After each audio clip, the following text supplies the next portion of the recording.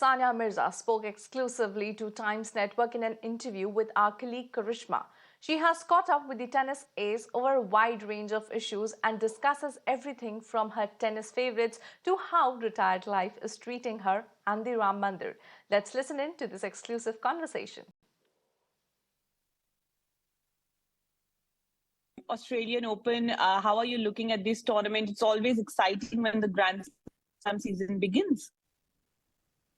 It always is, and Australian Open was always my favorite Grand Slam, and it is my favorite Grand Slam not just to commentate but also to play. It was my first ever Grand Slam where I had so many amazing memories from, and really where Sania Mirza was born in 2005. So yeah, it's always special, and like the whole everybody saw last year to end at the Australian Open was very, very special for me as well.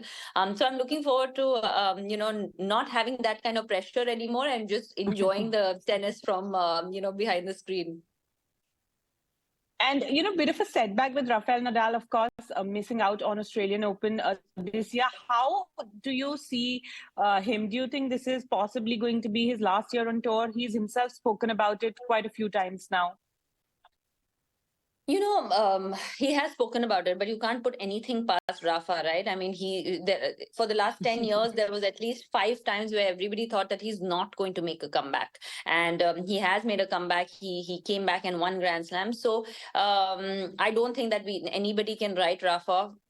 And Sania, we're also living in the era of Djokovic versus Alcaraz now. How do you look at this? No, it's incredible, right? Like if you just go by numbers, there is nothing greater. There's nobody greater than him, just in terms of plain simple numbers. People can argue with fan bases, people can argue with charisma, people can argue with popularity, but just by numbers, Novak Djokovic is the greatest ever.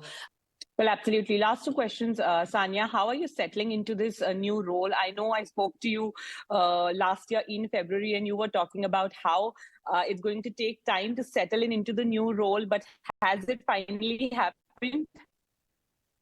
Actually, when you said that I played last year is when I realized that it was only a year ago. I feel like it was 10 years ago. Like, there's so much that has happened. There's so much that I have done that I'm doing outside of tennis as well. And just in my personal life that I just felt like, oh my God, has it only been 1 year that I played that final? And to be very honest, I thought it would be harder, the transition, but it's been really good. It's been really smooth. I enjoy it.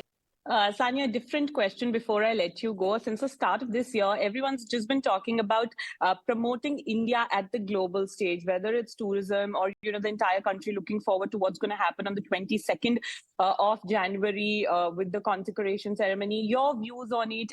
As athletes, we've been doing that, and that's what we do for all our lives. I mean, for us, the whole motivation and inspiration to play is so that the Indian flag is right on top, and that's what we've worked for all our lives, and we are very privileged and honored that we get a chance to do that. So I'm really, really happy about that. I'm very excited that people have become so aware of it, to not just talk about the negatives that exist in a country, but also to talk about all the amazing positives that exist in our beautiful country.